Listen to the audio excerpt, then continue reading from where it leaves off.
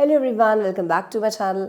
आज हम जिस टॉपिक के ऊपर डिस्कशन करने वाले हैं वो टॉपिक है why demand curve slopes downward, जो कि हमने लास्ट आपकी वीडियो में डिस्कस किया था, जिसमें हमने पढ़ा था कि क्यों हम आगे वीडियोस में पढ़ेंगे कि क्यों हम जो हमारा डिमांड कर्व है why it is always downward sloping, why it is always negatively sloping, क्यों ये ऊपर की तरफ नहीं जाता। ओके, तो आज के इस वीडियो में हम कुछ 5 रीजंस को डिस्कस करेंगे, 1 2 3 4 5, जिनकी वजह से हमारा डिमांड कर्व हमेशा जब भी आप बनाएंगे तो वो यूं बनेगा। ओके, क्यों ऐसा क्यों होता है? तो डिमांड कर्व का पहला रीजन है डाउनवर्ड स्लोपिंग का income effect. Okay, income effect, decrease in price, fall in price is equals to increase in real income and increase in quantity demanded. देखिए, जब भी कभी किसी चीज़ का दाम गिरता है, ओके फॉर एग्जाम्पल हम आटा लेने गए, पहले वो आटा 30 रुपए का था, ठीक है, अब वो आटा 15 रुपए का हो गया है। जब भी किसी चीज़ का दाम गिरता है तो हमेशा हमारे पास इनकम बढ़ जाती है। 30, अब इनकम कैसे बढ़ेगी? फॉर एग्जाम्पल अब आप देखिए, समझिए इसको, हम 50 रुपये अपने हाथ में लेके गए थे ये मान के कि 30 रुपये का आटा होगा, ठीक है, बट आटे का गिर गया है दाम, आटा हमें 15 रुपये में मिल गया है, तो अभी हमारे पास 50 में से जब 15 गए तो हमारे पास कितने रुपए बचे? पूरे 35 रुपये हमारे पास बच गए। पहले हमारे पास सिर्फ 20 रुपये बचते, जब 30 रुपये का आटा होता तो 20 रुपये बचते, और अभी क्योंकि आटा 15 रुपये का है तो हमारे पास 35 रुपये बच गए, मतलब हमारे पास पैसा, रियल इनकम बढ़ गई। ओके, वो वाला पैसा जो हम खर्च करने के लिए आए थे उस वाले अमाउंट का हमारा बढ़ गया। जब ये होता है तो हम हमेशा अपनी क्वांटिटी डिमांडेड को बढ़ा लेते हैं। ओके, अब आप सोचिए, पहले 1 किलो आटा 30 रुपये का था, हम 50 रुपये लेके गए थे, हमने सोचा 20 रुपये बचेंगे, लेकिन जब हमने देखा कि आटा 15 रुपये किलो है, फिर हमने कहा कि ऐसा करो 2 किलो दे दो, फिर हम 30 रुपये का 2 किलो आटा लेके आए, जिसका मतलब है अल्टीमेटली हमने अपनी क्वांटिटी डिमांडेड को गिरते हुए दाम के साथ बढ़ा लिया, क्योंकि हमारे पास पैसे बच गए थे। ओके, तो इसीलिए ये बोलता है कि जब भी कभी डिमांड आपकी, जब भी कभी आपका प्राइस गिरेगा हमेशा आप डिमांड बढ़ा लोगे, क्योंकि ये वाले रीजंस भी होते हैं, ठीक है। This is known as income effect. I hope this clear to you. Next is substitution effect. Substitution effect क्या होता है? अब सब्स्टिट्यूशन इफेक्ट अगर है तो सब्स्टिट्यूट गुड्स में लगेगा, जो आपने सब्स्टिट्यूट गुड्स पढ़ा है टी एंड कॉफ़ी, तो उसमें लगता है। Price of coffee falls, in price of tea same, in quantity demanded of coffee will rise, hence QD increased. Ultimately हमें बस ये देखना है कि गिरते हुए दाम के साथ कैसे क्यूडी बढ़ता है, फिर चाहे वो क्रॉस डिमांड हो चाहे वो डायरेक्ट डिमांड हो। अब क्योंकि ये सब्स्टिट्यूशन इफेक्ट हम पढ़ रहे हैं तो टी एंड कॉफ़ी का एग्जाम्पल तो होगा ही।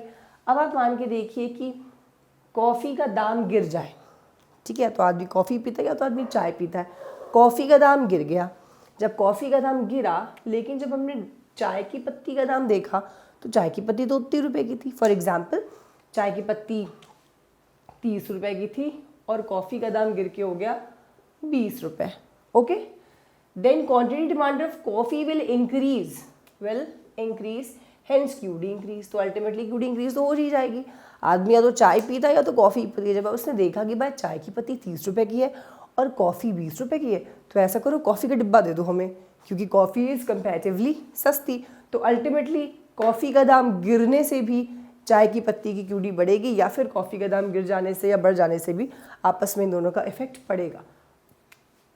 यहाँ पर चाय की पत्ती का दाम सेम था, कॉफ़ी सस्ती हो गई थी, तो हम कॉफ़ी लेकर ज़्यादा आ जाएंगे, मतलब हम अपनी क्वांटिटी डिमांडेड को बढ़ा लेंगे गिरते हुए दाम के साथ। ओके, अब ये जो आप लाइन देख रहे हैं, income effect plus substitution effect is equals to price effect, इन दोनों के इफेक्ट को जब हम ऐड करते हैं तो ये कहलाता है प्राइस इफेक्ट। ओके, अब हम आ जाते हैं थर्ड पॉइंट पे। थर्ड पॉइंट हमारा बोलता है increase in number of consumers is equals to when price increase number of consumers increase. Okay, जब भी कभी हमारे कंज्यूमर्स बढ़ जाते हैं तो भी हमारी क्वांटिटी डिमांडेड बढ़ जाती है। कैसे होगा ये? फॉर एग्जांपल टमाटर 80 रुपये किलो थे, तो 80 रुपये किलो तो वही अफोर्ड कर पाएगा जो ख़रीद सकता है 80 रुपये किलो में टमाटर, ठीक है।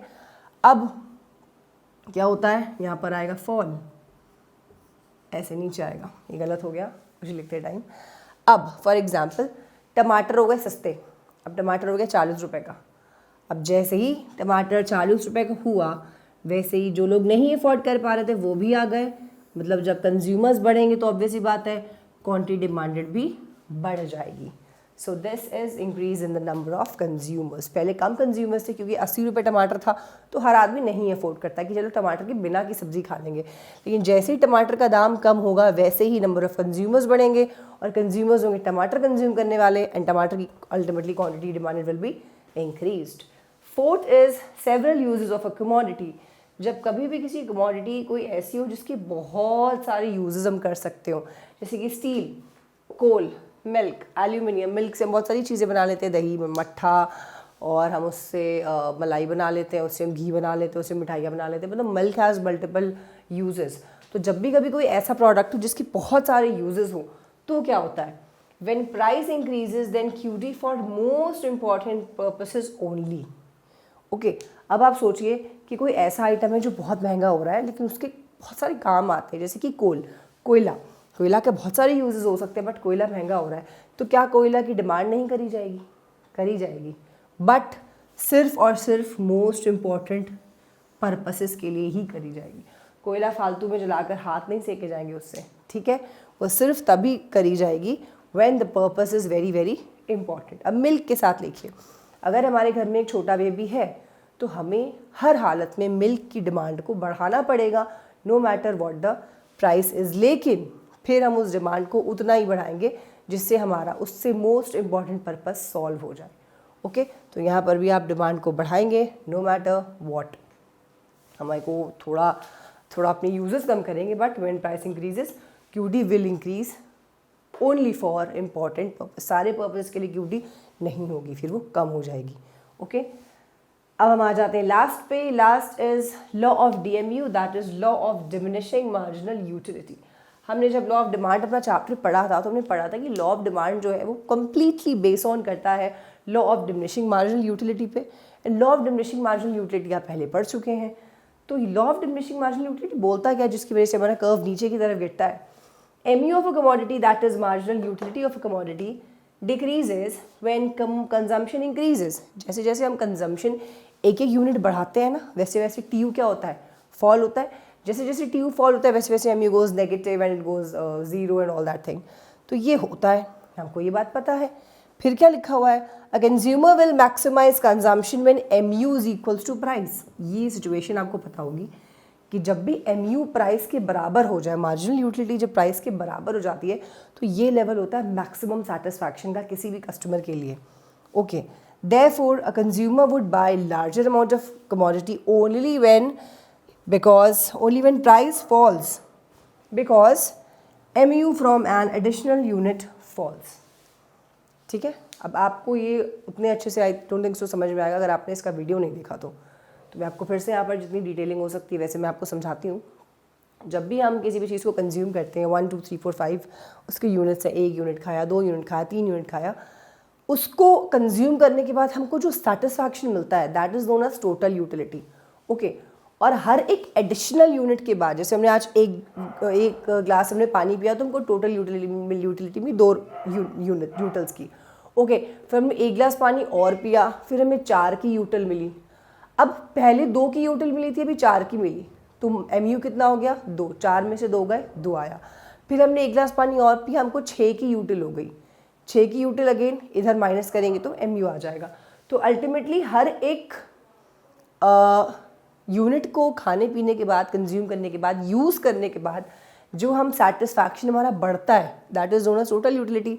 वो सर्टेन लेवल तक बढ़ती है, फिर वो स्टैग्नेंट हो जाती है, फिर हमें कुछ खास सेटिस्फैक्शन नहीं मिलता, फिर गिरने लग जाती है, फिर मतलब हम उसको नहीं कंज्यूम करना चाहते।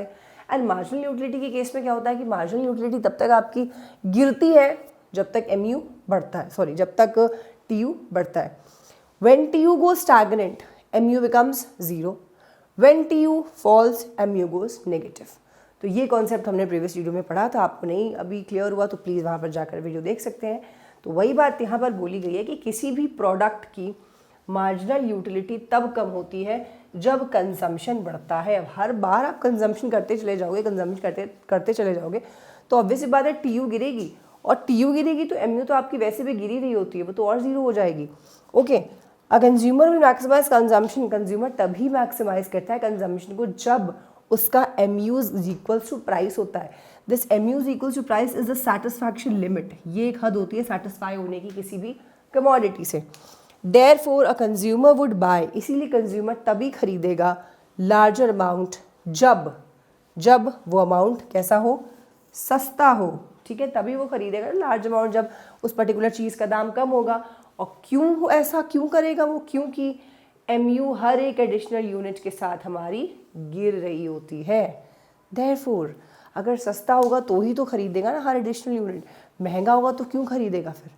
महंगा होता है तो क्या करते हैं हम, डिमांड को कम कर लेते हैं, तो ही डिमांड बढ़ाकर इसमें अपने MU को प्राइस से बराबर लाएंगे जब वो सस्ता होगा।